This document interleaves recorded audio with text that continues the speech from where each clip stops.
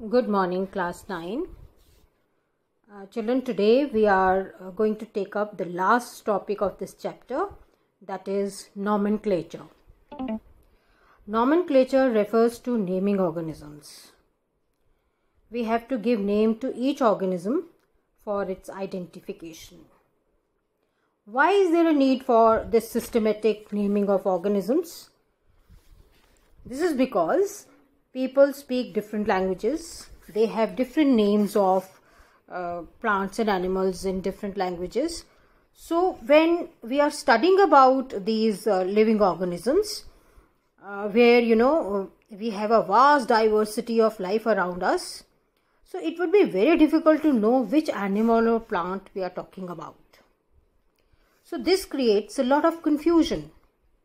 So this problem was solved by agreeing upon a common name, by giving a common name to an individual which is used the world over.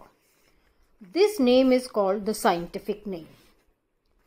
It is similar to giving, like we give symbols and formulae for various substances used in chemistry. So the same way, in biology, we give scientific name to each organism. Therefore, the scientific name is unique and it can be used to identify any organism anywhere in the world.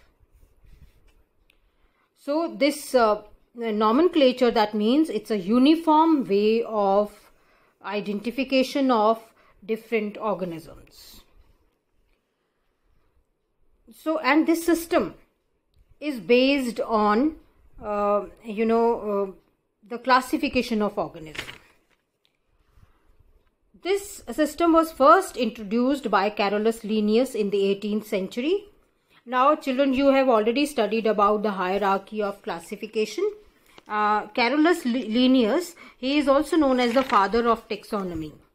So here, as you see, we have different levels here. The largest kingdom, then we have phylum or division in case of plants, then class, then order, then family, then genus and species. But in nomenclature, we do not list this whole hierarchy. Instead, we limit ourselves to the last two levels, that is the genus and the species.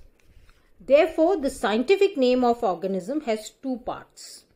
The first name, which denotes the genus, is called the generic name, whereas the name which denotes the species is called the specific name.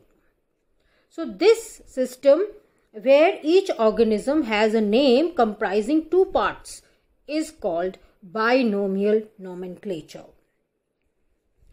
So binomial means, the word binomial means, bi means two and nomial means names. So two names. Each organism has two names, one generic name and one specific name. Now, while using these scientific names, there are certain rules to be followed.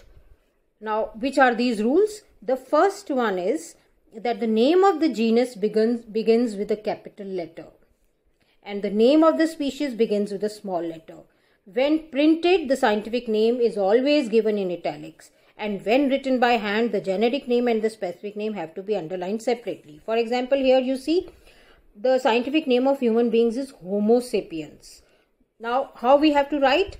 The first H should be capital, then S of sapiens should be in small letter. And both these names are, as you see, they are underlined separately. Same way, like for, which is our national animal, tiger. Its scientific name is Panthera tigris. And lion, it is because lion and tiger are very closely related. So they belong to the same genus, but the species is different. So tiger is Panthera tigris. See how this is written. And lion is Panthera leo, and how this names are written. So this is how we write scientific names.